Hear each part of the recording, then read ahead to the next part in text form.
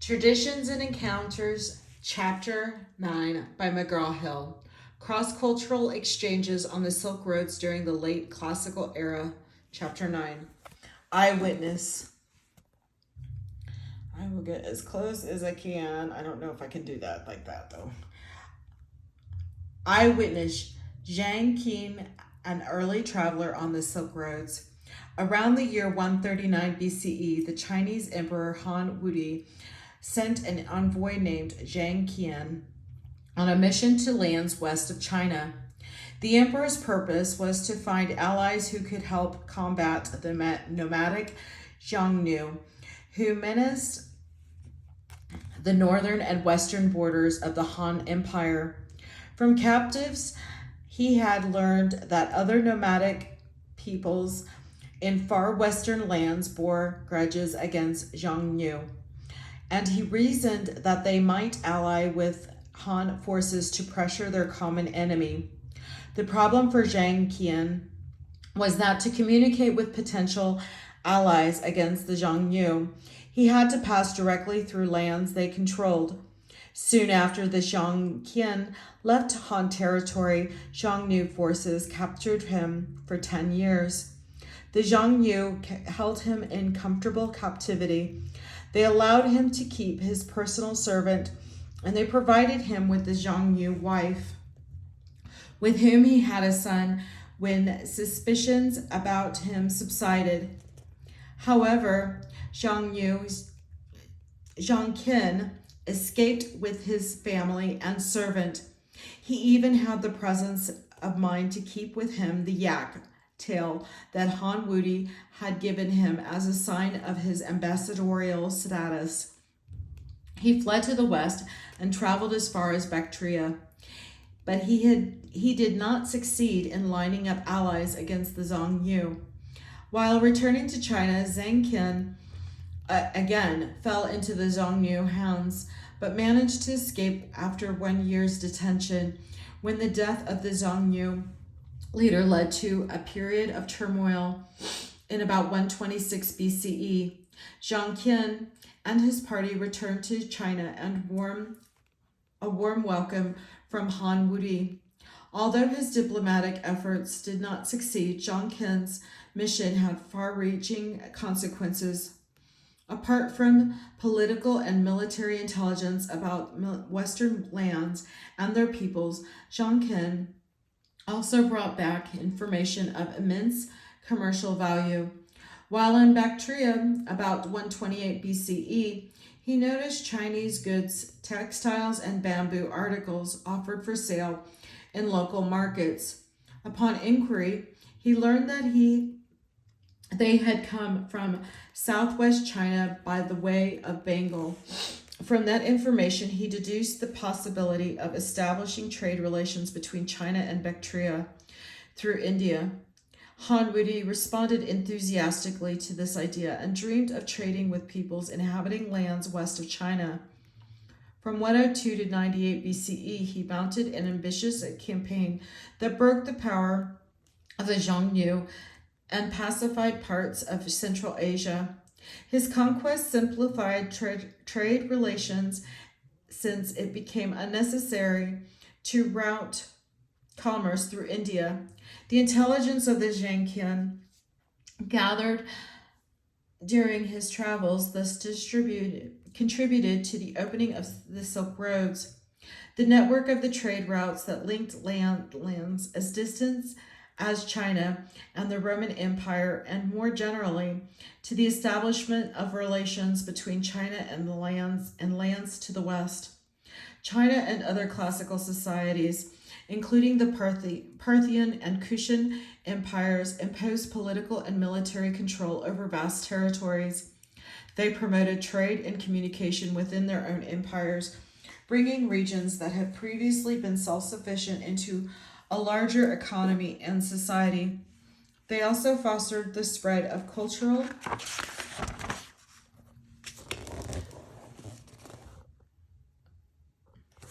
where it is. Oh, I'm so sorry.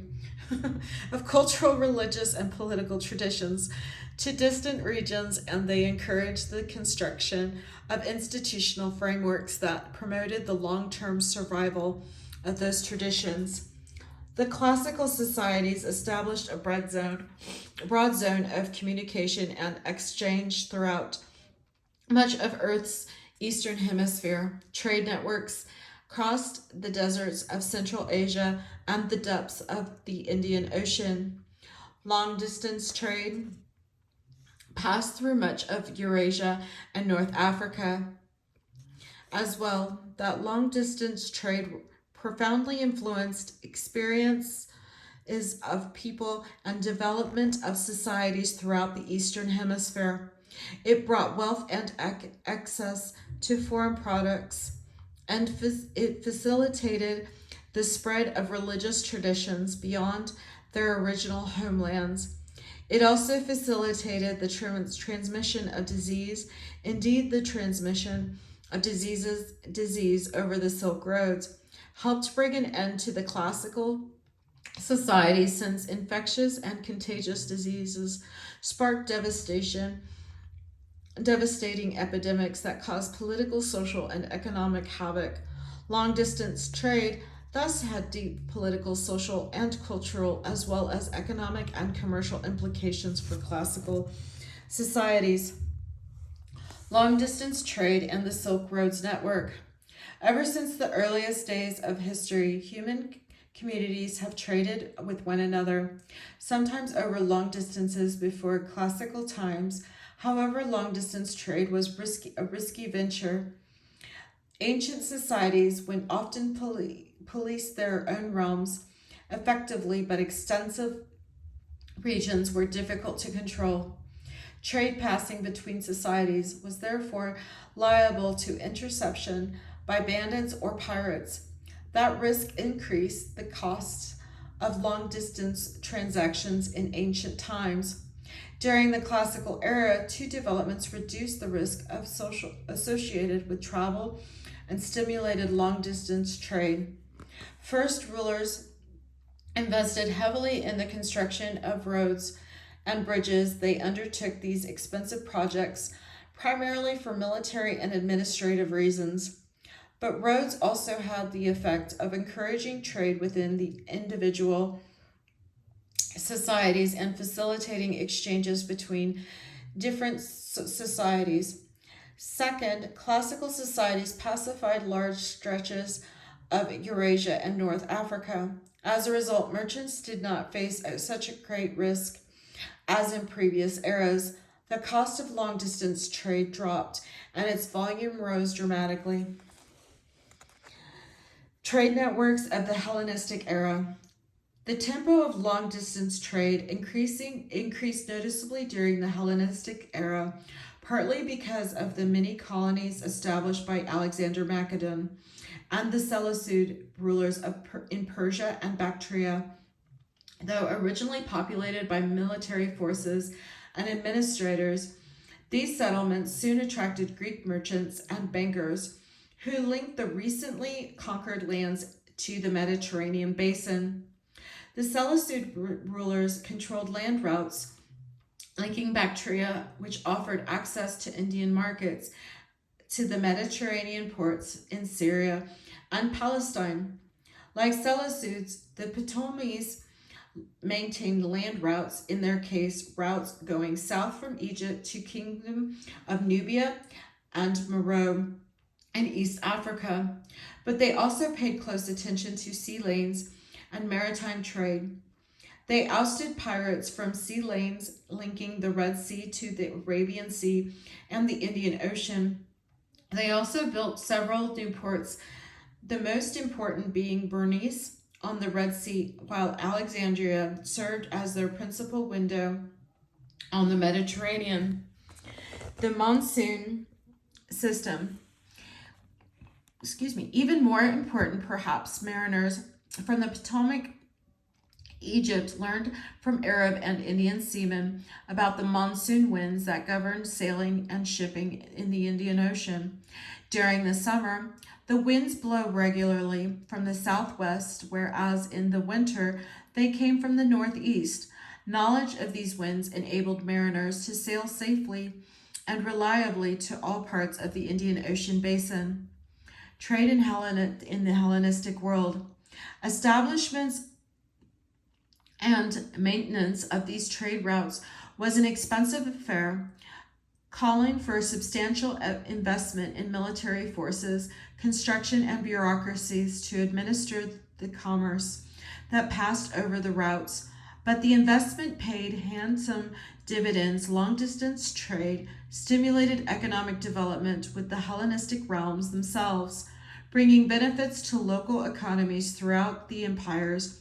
Moreover, Hellenistic rulers closely supervised foreign trade and levied taxes on it, thereby deriving income even from foreign products.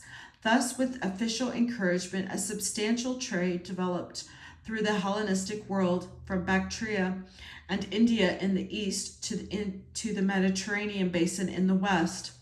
Indeed, maritime trade networks through the Indian Ocean linked not only the large classical societies of Eurasia and North Africa, but also smaller societies in the East Africa. During the late centuries BCE, the port of the Rapta, located near the Dar es Salaam in Tanzania, emerged as the principal commercial center on the East African coast. With increasing trade, groups of professional merchants and entrepreneurs emerged. Rapta and coins came into general use on the East African coast.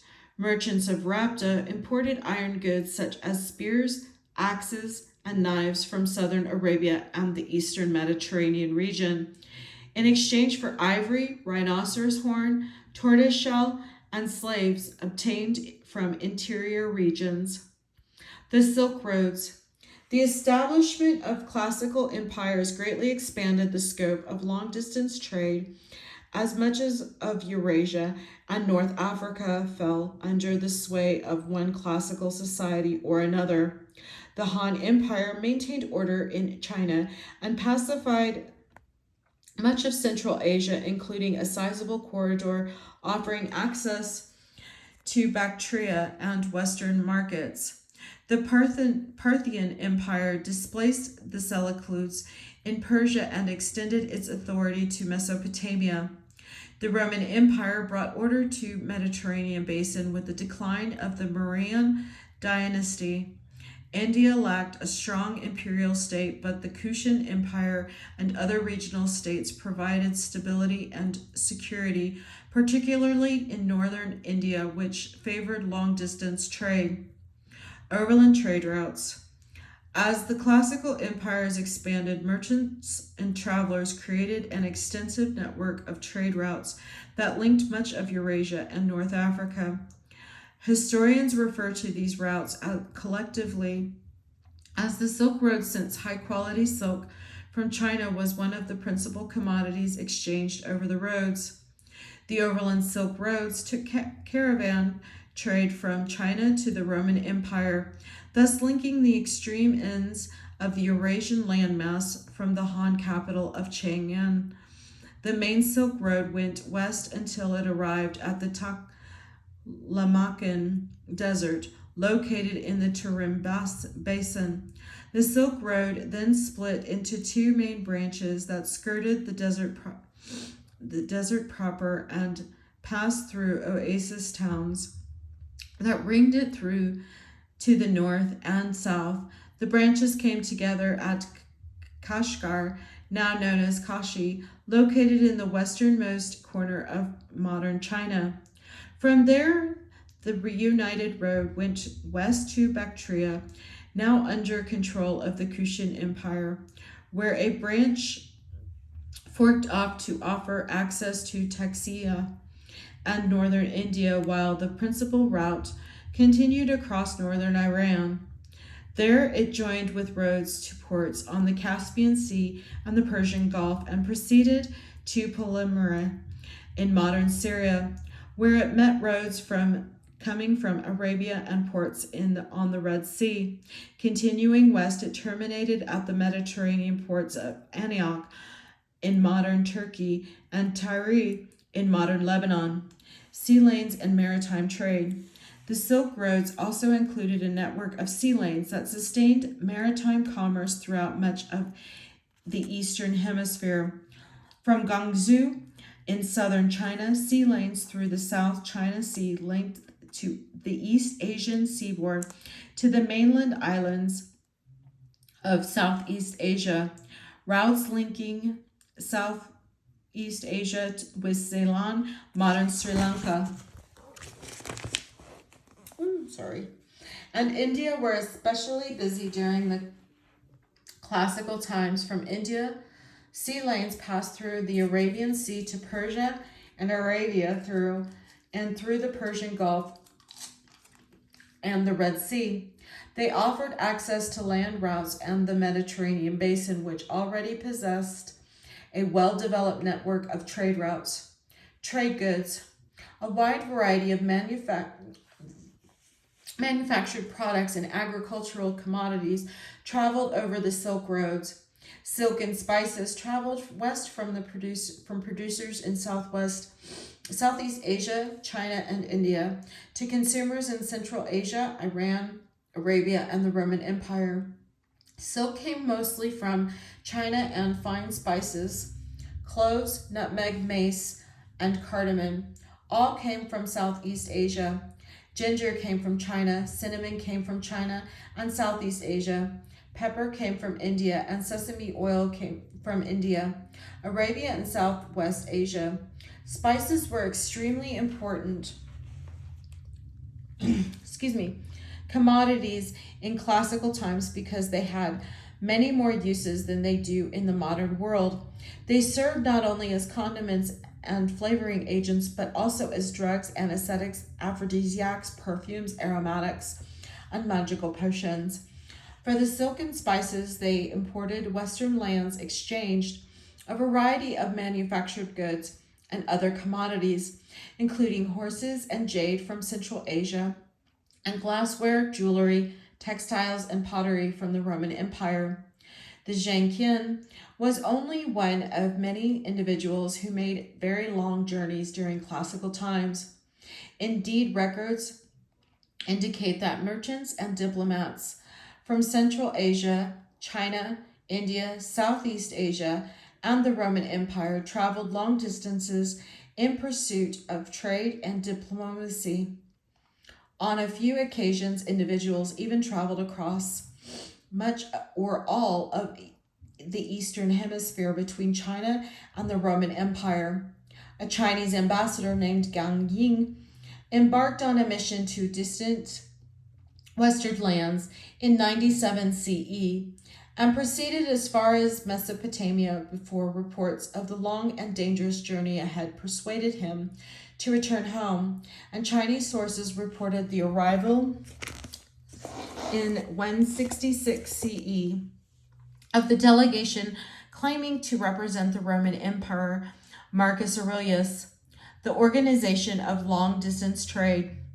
Individual merchants did not usually travel from one end of Eurasia to the other, either by land or by sea. Instead, they handled long-distance trade in stages on the caravan routes between China and Bactria. For example, Chinese and Central Asian peoples, such as the Kushians, dominated trade farther west. However, the Parthians took advantage of their power and geographic position to control overland trade within their boundaries. Once merchandise reached Palermo, it passed mostly into the hands of Roman subjects such as Greeks, Jews, and Armenians, who were especially active in commercial life of the Mediterranean basin. On the seas, the situation was similar. Malay and Indian mariners dominated trade in Southeast Asian and South Chinese water.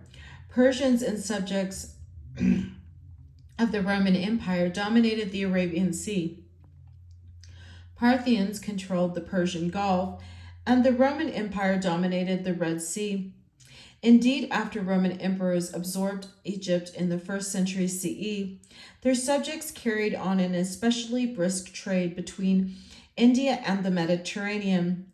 The The Greek geographer Strabo reported in the early 1st century CE that as many as 120 ships departed annually from the Red Sea for India. Meanwhile, since the mid-1st century CE, the Romans also had dominated both the eastern and the western regions of Mare Nostrum, the Mediterranean. It is impossible to determine the quantity or the value of trade that passed over the Silk Roads in classical times, but it clearly made a deep impression on contemporaries by the 1st century CE. Pepper, cinnamon, and other spices graced the tables of the wealthy classes in the Roman Empire, where silk garments had become items of high fashion. Some Romans fretted that see-through silk attire would lead to moral decay, and others worried that hefty expenditures for luxury items would ruin the imperial economy. In both cases, their anxieties testified to the powerful attraction of imported silks and spices for Roman consumers.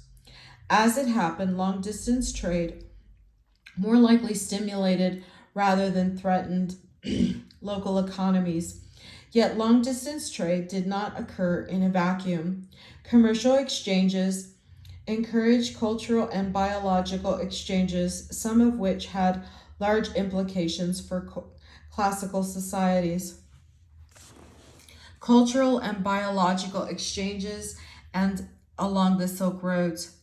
The Silk Road served as a magnificent highways for merchants and their commodities, but also took advantage of the opportunities they offered to travel in relative safety over long distances. Merchants, missionaries, and other travelers carried over beliefs, values, and religious convictions to distant lands. Buddhism, Hinduism, and Christianity all traveled the Silk Roads and attracted converts far from their original homelands. Meanwhile, invisible travelers such as disease pathogens also crossed the Silk Roads and touched off devastating epidemics when they found fresh populations to infect. Toward the end of the classical era, epidemic disease that was spread over the Silk Roads caused dramatic demographics decline, especially in China and the Mediterranean basin, and to a lesser extent in other parts of Eurasia as well. The spread of Buddhism and Hinduism. By the 3rd century BCE, Buddhism had become well established in northern India, and with the sponsorship of Emperor Ashoka, the faith spread to Bactria and Ceylon. Buddhism was particularly successful in attracting merchants as converts. When they traveled, Buddhist merchants observed their faith among themselves and explained it to others. Gradually, Buddhism made its way along the Silk Roads to Iran, Central Asia, China, and Southeast Asia. Buddhism in Central Asia. Buddhism first established a presence in the oasis towns along the Silk Roads, where merchants and their caravans found food, rest, lodging, and markets. The oasis depended heavily on trade for their prosperity, and they allowed merchants to build monasteries and invite monks and scribes into their communities. Because they hosted travelers who came from different lands, spoke different languages, and observed different religious practices, the oasis towns became cosmopolitan centers. As early as the 2nd century BCE, many residents of the oasis themselves adopted Buddhism, which was the most prominent faith of the Silk Roads merchants for almost millennium, from about 100 BCE to 800 CE. Buddhism in China. From the oasis communities, Buddhism spread to the steppe lands of Central Asia and China via the nomadic peoples who visited the oasis to trade. in the early centuries CE. They increasingly responded to the appeal of Buddhism, and by the 4th century CE, they had sponsored the spread of Buddhism throughout much of Central Asia. Foreign merchants also brought their faith to China in about the 1st century BCE. Although religion remained unpopular among native Chinese for several centuries, the presence of Buddhist monasteries and missionaries in China's major cities did attract some converts. Then, in about the 5th century CE, the Chinese began to respond enthusiastically to Buddhism. Indeed, during the post-classical era, Buddhism became the most popular religious faith throughout all of East Asia, including Japan and Korea, as well as China. Buddhism and Hinduism in Southeast Asia. As Buddhism spread north from India into Central Asia, China, India into Central Asia and China, both Buddhism and Hinduism also began to attract a following in Southeast Asia. Once again, merchants traveling the Silk Roads, in this case, the sea lanes through the Indian Ocean, played prominent roles in spreading these faiths by the 1st century CE. Clear signs of the Indian cultural influence had appeared in many parts of Southeast Asia. Many rulers converted to Buddhism, and others promoted the Hindu cults of Shiva and Vishnu. They built walled cities around lavish temples, constructed the Indian style. They adopted the Sanskrit as a means of written communication, and they appointed Buddhist and Hindu advisors. The spread of Christianity. Early Christians faced intermittent persecution from Roman officials during the early centuries CE. Roman authorities launched a series of campaigns to stamp out Christianity. Because most Christians refused to observe the state cults that honored emperors as divine beings. Imperial officials also considered Christianity a menace to society because zealous missionaries attacked other religions and generated sometimes violent conflict. Nevertheless, Christian missionaries took full advantage of the Romans' magnificent network of roads and sea lanes. While enabled them to carry their message throughout the Roman Empire and the Mediterranean basin. Christianity and the Mediterranean basin. During the 2nd and 3rd century CE, countless missionaries worked zealously to attract converts. One of the more famous was Gregory the Wonder Worker, a tireless missionary with a reputation for performing miracles who popularized Christianity in central Anatolia. During the mid-century CE, contemporaries reported that Gregory not only preached Christian doctrine, but also had access to impressive supernatural powers. Gregory and his fellow missionaries helped to make Christianity an enormously popular religion of salvation in the Roman Empire. By the late 3rd century CE, in spite of continuing imperial opposition, devout Christian communities flourished throughout the Mediterranean basin in Anatolia, Syria, Palestine, Egypt, and North Africa, as well as in Greece, Italy, Spain, and Gaul. Christianity in Southwest Asia. The young faith also traveled the trade routes and found followers beyond the Mediterranean basin. By the 2nd century CE, sizable Christian communities flourished throughout Mesopotamia and Iran, and a few Christian churches had appealed as far away as India. Christians also attracted large numbers of converts in Southwest Asia and came into constitute along with Jews and Zoroastrians. One of the major religious communities in the religion. Christian communities in Mesopotamia and Iran deeply influenced Christian practices in the Roman Empire to demonstrate other loyalty to their faith. Christians in Southwest Asia often followed strict ascetic regimes and sometimes even withdrew from family life and societies. By the 3rd century CE, some Mediterranean Christians were so impressed by these practices that they began to live as hermits and in isolated locations, or to live exclusively among like-minded individuals who devoted their efforts to prayer and praise of God.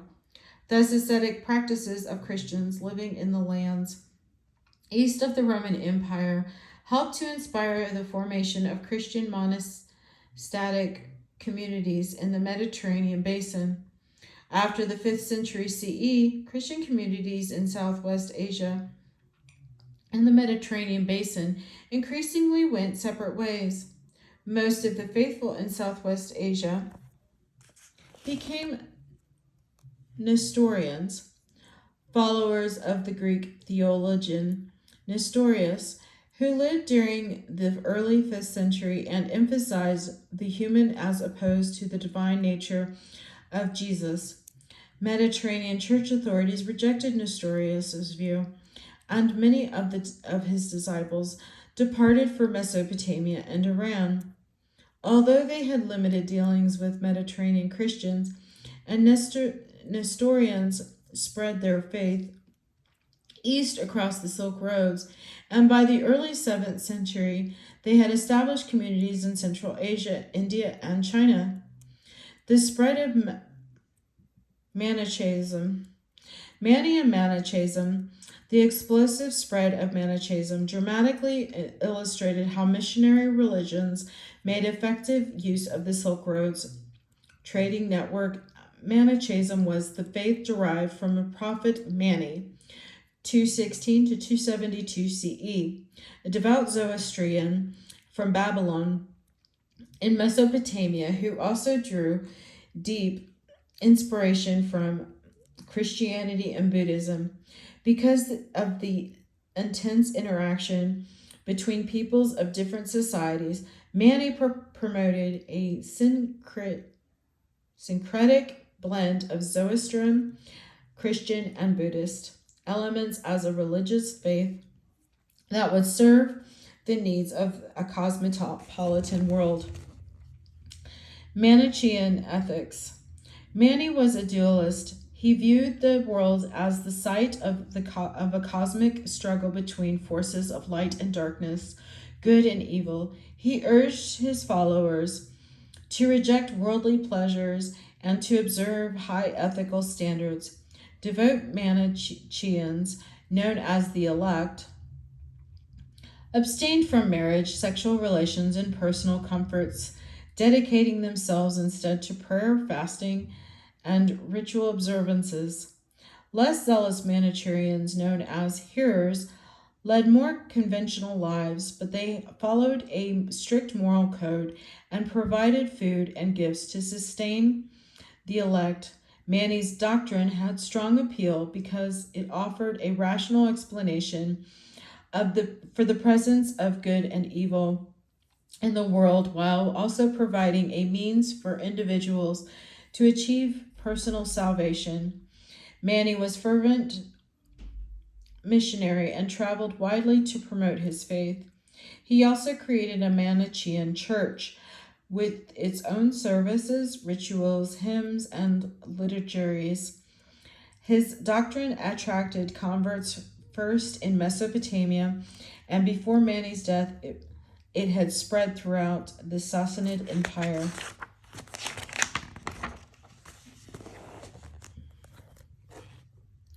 And into the eastern Mediterranean region. In spite of its asceticism, Manichaeism appealed especially strongly to merchants who adopted the faith as hearers and supported the Manichaean church. By the end of the 3rd century CE, Manichaean communities had appeared in all large cities and trading centers of the Roman Empire. Decline of the Manichaeans.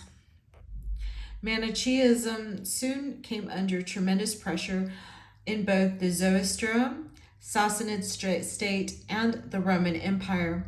Mani himself died in chains as a prisoner of the Sassanid Empire, who saw Manichaeism as a threat to the public order. Authorities in the Roman Empire also persecuted Manichaeans and largely exterminated the faith in the Mediterranean basin over the course of the 5th and 6th centuries. Yet Manichaeism survived in Central Asia, where it attracted converts among nomadic Turkish people who traded with merchants from China, India, and Southwest Asia, like Buddhism, Hinduism, and Christianity. Then Manichaeism relied on the trade routes of classical times to extend its influence to new lands and people. The spread of epidemic diseases, I'm so sorry, while serving as routes for the distribution of trade goods and highways for the spread of religious beliefs, and the roads and the sea lanes of the classical world also facilitated the movement of biological agents. The Silk Roads were the routes by which grapes, camels, and donkeys made their way up the Mediterranean region to China, while cherries, apricots, peaches, and walnuts traveled in other direction from Central Asia and China to the Mediterranean. Alongside the fruits and nuts were some less welcome traveling companions, infectious and contagious diseases that sparked ferocious epidemics when they found their way to previously unexposed populations. Information about human populations in classical times is scanty and full of gaps. Scholars often do not have records to work with and must draw inferences about population size from the area enclosed by city walls, the number of houses discovered in a settlement, of the agricultural potential of a region, and similar conditions. As a result, population estimates for pre-modern societies are rough approximations rather than precise figures. Moreover, within a single society, individual regions often had very different demographic experiences. Nevertheless, even for classical times, the general outlines of population history are reasonably clear. Epidemic diseases. During the 2nd and 3rd centuries CE, the Han and Roman Empire suffered large-scale outbreaks of epidemic disease. The most destructive of the diseases were probably smallpox and measles, and epidemics of bubonic plague may also have erupted. All three diseases are devastating when they break out in populations without resistance, immunities, or medicines to combat them. As diseases ravaged the two empires, Chinese and Roman populations declined sharply. During the reign of the Augustus, the population of the Roman Empire stood at about 60 million people during the 2nd century CE. Epidemics reduced Roman population to 45 million. Most devastating was an outbreak of smallpox that spread throughout the Mediterranean basin during the years 165 to 180 CE. In combination with war and invasion by 400 CE, continuing outbreaks caused the population to decline even further to about 40 million, whereas population in the eastern Mediterranean probably stabilized by the 6th century CE. Western Mediterranean lands experienced demographic stagnation until the 10th century. Epidemics appeared slightly later in China than in the Mediterranean region. From 50 million people to the beginning of the millennium, Chinese population rose to 60 million in 200 CE. As diseases found their way east, however, Chinese numbers fell back to 50 million by 400 CE and to 45 million by 600 CE. Thus, by 600 CE, both Mediterranean and Chinese populations had fallen by a quarter to a third from their high points during classical times. Effects of the epidemic diseases. Demographic decline, in turn, brought economic and social change. Trade within the empires declined, and both the Chinese and the Roman economies contracted. Both economies also moved toward regional self sufficiency, whereas previously the Chinese and Roman states had integrated the various regions of their empires into a larger network of trade and exchange. After about 200 CE, they increasingly embraced several smaller regional economies that concentrated on their own needs instead of the larger imperial market. Indeed, epidemic diseases contributed to serious inability to China after the collapse of the Han Dynasty, and in weakening the Mediterranean society, it helped bring about the collapse of the Western Roman Empire. I will zoom in on this regarding the epidemic disease so that you may read this at your leisure.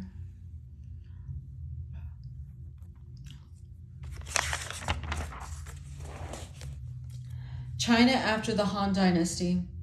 By the time epidemic diseases struck China, internal political problems had already begun to weaken the Han Dynasty. By the late 2nd century CE, Han authorities had largely lost their ability to maintain order. Early in the 3rd century CE, the central government dissolved and a series of autonomous regional kingdoms took the place of the Han state.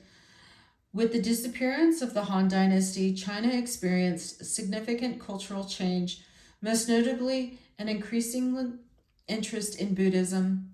Internal decay of the Han state. The Han Dynasty collapsed largely because of internal problems that its rulers could not solve. One problem involved the development of factions within the ranks of ruling elites. The desire of some elites to advance their own prospects in the imperial government at the cost of others led to the constant infighting and backstabbing among the ruling elites, which reduced the effectiveness of the central government. An even more difficult problem had to do with the perennial issue of land and its equitable distribution. In the last 2 centuries of the Han Dynasty, the large landowners gained new influence in the government. They reduced their share of taxes and shifted the burden onto peasants. They even formed private armies to advance their interests of their class. Peasant rebellion.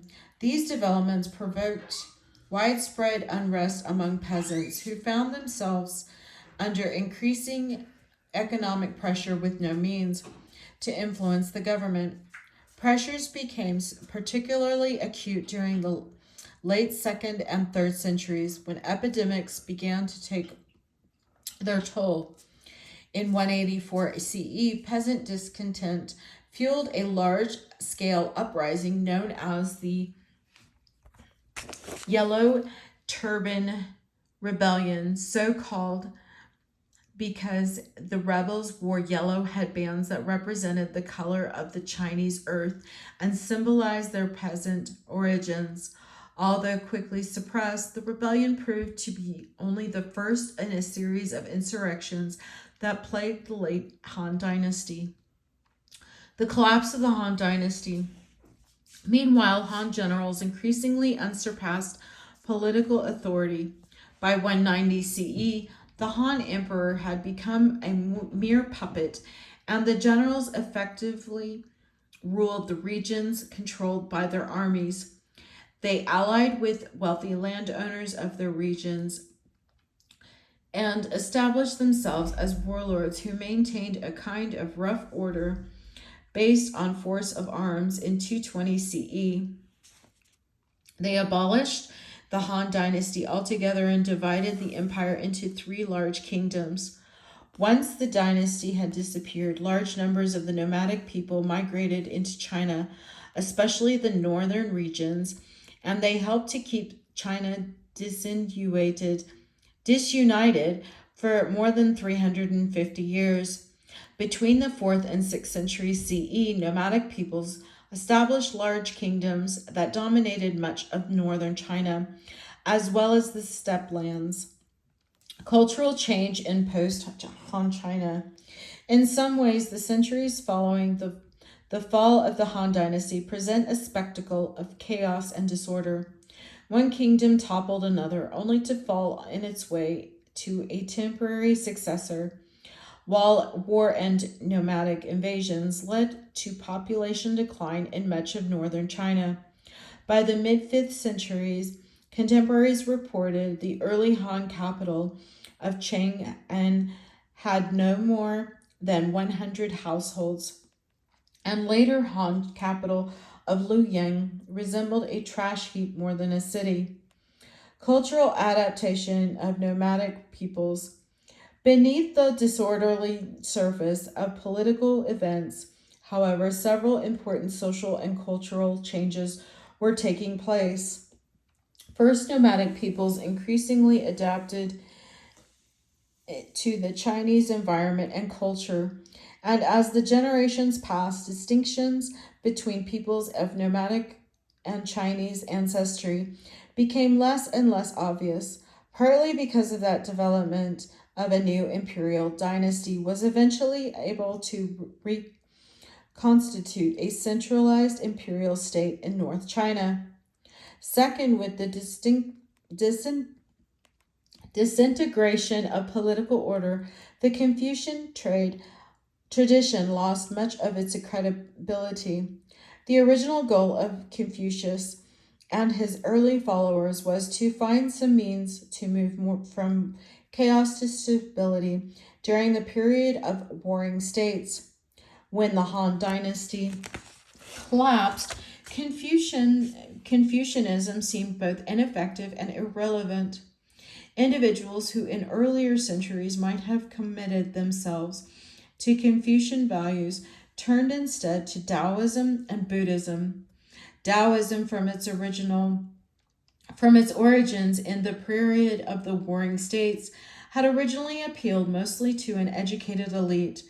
After the fall of the Han, however, Taoist sages widened its appeal by promising salvation to those who observed their doctrines and rituals, and by offering the use of elixirs made of spices, herbs, and drugs that supposedly conferred health and immortality. Taoism attracted widespread interest among a population afflicted by war and disease and became much more popular than before, especially because it faced less competition from the Confucian tradition. Popularity of Buddhism. Even more important than Taoism for Chinese cultural history was Buddhism. After the fall of the Han Empire, Buddhism received strong support from nomadic peoples who migrated into northern China and who, in many cases, had long been familiar with Buddhism in Central Asia. Meanwhile, as a result of missionary efforts, the Indian faith began to attract a following among native Chinese, as well as indeed between the 4th and 6th centuries CE. Buddhism became well established in China when a centralized imperial state took shape in the late 6th century CE. Buddhism provided an important cultural foundation for the restoration of a unified political order. The collapse of the Western Roman Empire. A combination of internal problems and external pressures weakened the Roman Empire and brought to an end to its authority in the western portion of the empire, whereas in the eastern Mediterranean, imperial rule continued until the 15th century CE. In the Mediterranean basin, as in China, imperial weakness and collapse coincided with significant cultural change, notably the increasing popularity of Christianity. Internal decay in the Roman Empire. The barracks emperors, as in the case of the Han Dynasty, internal political problems go a long way toward explaining the fragmentation of the Roman Empire. Like their Han counterparts, the Roman emperors faced internal opposition during the half century from 235 to 284 CE. There were no fewer than 26 claimants to the imperial throne, known as the Barracks Emperors. Most of them were generals who seized power, held it briefly, and then suddenly lost it when they were displaced by rivals or their own mutinous troops. Not surprisingly, most of the Barracks Emperors died violently. Only one is known for sure to have succumbed to natural causes. The Roman Empire also faced problems because of its sheer size. Even during the best of times, when the emperors could count on abundant revenues and disciplined armed forces, the sprawling empire posed a challenge for central governors after the 3rd century as epidemics spread throughout the empire and its various regions moved toward local self-sufficient economies. The empire as a whole became increasingly unmanageable. The emperor Diocletian. The emperor Diocletian reigned 284 to 305 CE, attempted to deal with his problem by dividing the empire into 2 administrative districts, one in the east and one in the west. A co-emperor ruled each district with the aid of a powerful lieutenant and the 4 officials known as the tetrarchs were able to administer the vast empire more effectively than individual emperor could. The Diocletian was a successful administrator. He managed to bring Rome's many armies, including unpredictable maverick forces, under firm imperial control. He also tried to deal with a crumbling economy by strengthening the imperial currency, forcing the government to adjust its expenditures to its income, and imposing price caps to dampen inflation. His economic measures were less successful than his administrative reforms, but they helped stabilize an economy ravaged by half a century of civil unrest. Yet the Diocletian's reforms encouraged ambition among the tetrarchs and their generals, and his retirement from the imperial office in 305 CE set off around internal struggles and bitter civil war. Already in 306 CE, Constantine, son of Diocletian's co-ruler Constantius, moved to stake his claim as sole emperor. Once he had consolidated his grip on power, in 324 CE, Constantine ordered the construction of a new capital city, Constantinople, at a strategic site overlooking the Bosporus, a strait linking the Black Sea to the Sea of Marmara and beyond to the wealthy eastern Mediterranean. After 340 CE, Constantinople became the capital of a united Roman Empire.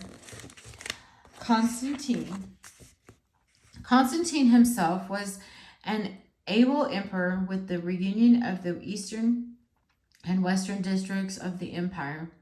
However, he and his successors faced the same sort of administrative difficulties that the Diocletian had attempted to solve by dividing the empire. As population declined, the economies contracted. Emperors found it increasingly difficult to marshal the resources needed to govern and protect the vast Roman Empire. Germanic invasion and the collapse of the Western Roman Empire. Apart from internal problems, the Roman Empire faced a formidable military threat from migratory Germanic peoples. Indeed, during the 5th century CE, Germanic invasions brought an end to Roman authority in the western half of the empire. Although imperial rule survived for an additional millennium, in the eastern Mediterranean, Germanic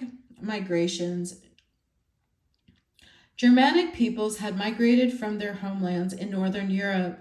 and lived on the eastern and northern borders of the Roman Empire since the 2nd century CE.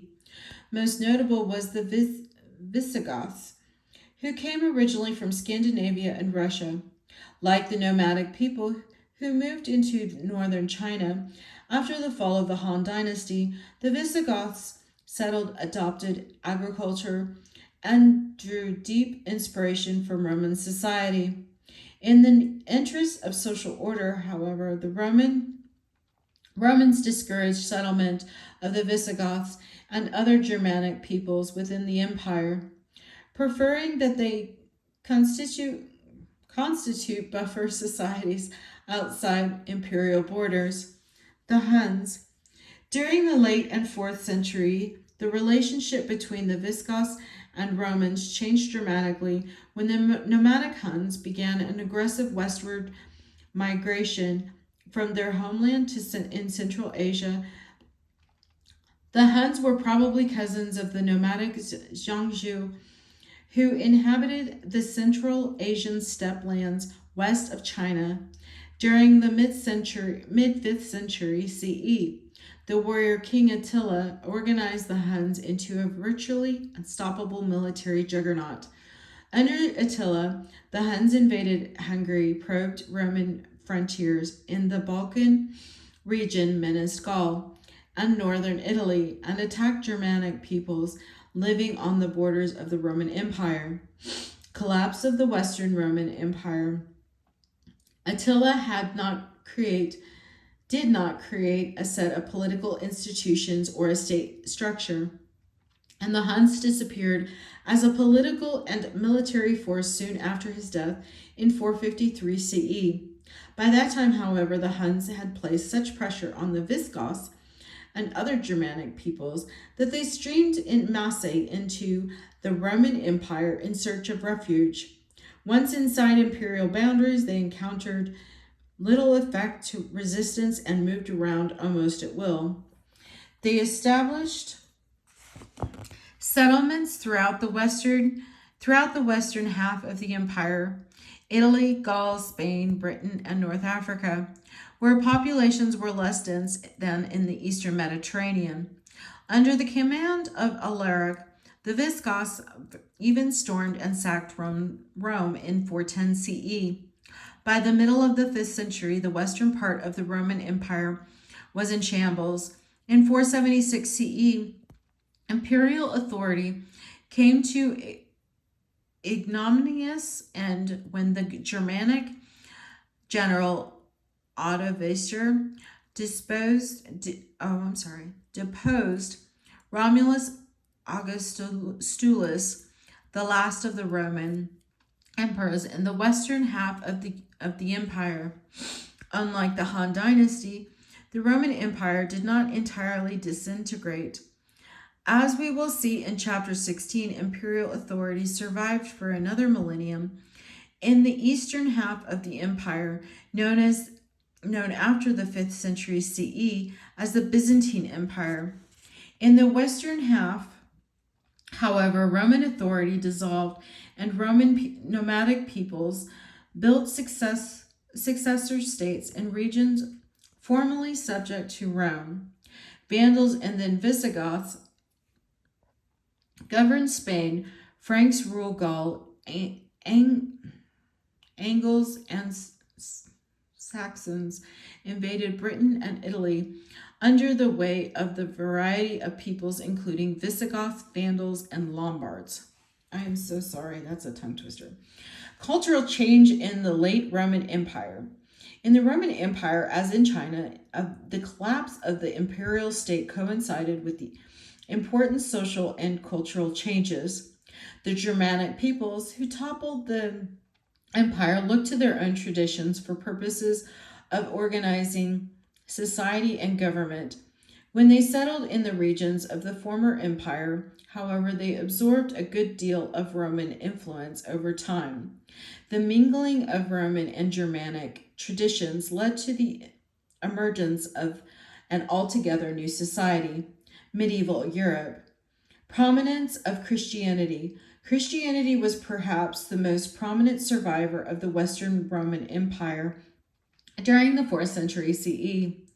Several developments enhanced its influence throughout the Mediterranean basin. In the first place, Christianity won recognition as a legitimate religion in the Roman Empire in 312 CE. While seeking to establish himself as sole emperor, Constantine experienced a vision that impressed upon him the power of the Christian God. He believed that the Christian God helped him to prevail over his rivals, and he promulgated the Edict of Milan, which allowed Christians to practice their faith openly in the Roman Empire. At some point during his reign, perhaps after his edict, Constantine himself converted to Christianity, and in 380 CE, the Emperor Theodos proclaimed, don't worry, we're about finished here, proclaimed Christianity the official religion of the Roman Empire. By the mid-4th century, Christians held important political and military positions, and imperial sponsorship helped their faith to attract more converts than ever before. Christianity also began to attract thoughtful and talented converts who articulated a Christian message for the intellectual elites of the Roman Empire. The earliest Christians had come largely from the ranks of ordinary working people, and for 3 centuries the new faith grew as a popular religion of salvation favored by the masses, rather than as reasoned doctrine of intellectual substance. During the 4th century, however, intellectual elites began to articulate Christianity in terms that were familiar and persuasive to educated classes. St. Augustine. The most important and influential of these figures was St. Augustine, 354 to 430 CE, Bishop of the North African city of Hippo, modern-day Annaba, in Algeria. Augustine had a fine education, and he was conversant with the leading intellectual currents of the day. During his youth, he drew great inspiration from Stoicism and Platonism, and for 9 years he belonged to a community of the Manichaeans. Eventually he became disillusioned with both the Hellenistic philosophical school and Manichaeism, and in 387 CE, while studying in Italy, he converted to Christianity. For the remainder of his life, he worked to reconcile Christianity with Greek and Roman philosophical traditions more than any others. Augustine's writings helped make Christianity an intellectually respectable alternative to Hellenistic philosophy and to popular religions of salvation. The institutional church. Besides winning the right to practice their faith openly and attracting intellectual talent, Christian leaders constructed an institutional apparatus that transformed popular religion of salvation into a powerful church. In the absence of recognized leadership, the earliest Christians generated a range of conflicting and sometimes contradictory doctrines. To standardize their faith, Christian leaders instituted a hierarchy of church officials. At the top were 5 religious authorities: the Bishop of Rome and Patriarchs of Jerusalem, Antioch, Alexandria, and Constantinople, who resided in the most important spiritual and political centers of the Roman Empire. Subordinate to 5 principal authorities were bishops who presided over religious affairs in their districts known as dioceses, which included all of the prominent cities of the Roman Empire. When theological disputes arose, the patriarchs and the bishops assembled in church councils to determine which views would prevail as official doctrine. The councils of the at Nicaea, 325 CE, and Chalcedon, 451 CE, for example, took up the difficult and contentious issue of Jesus' nature. Delegates at these councils proclaimed that Jesus was both fully human and fully divine at the same time. In contrast, the Nestorians, Arians, and other Christian groups who held that Jesus was either primarily human or primarily divine. As Roman imperial authority crumbled, the Bishop of Rome, known as the Pope, from the Latin papa meaning father, emerged as spiritual leader of Christian communities in the western regions of the empire, as the only sources of established and recognized authority. The popes and the bishops of other important cities organized local government and defensive measures for their communities. They also mounted missionaries campaigns to convert Germanic peoples to Christianity. Although Roman imperial authority disappeared, Roman Christianity survived and served as a foundation for cultural unity in lands that formerly made up the western half of the Roman Empire. That is the end. Oh, yeah. I'm so sorry. Of chapter 9, part 2. Or chapter 9. There's only one part. So thank you very much.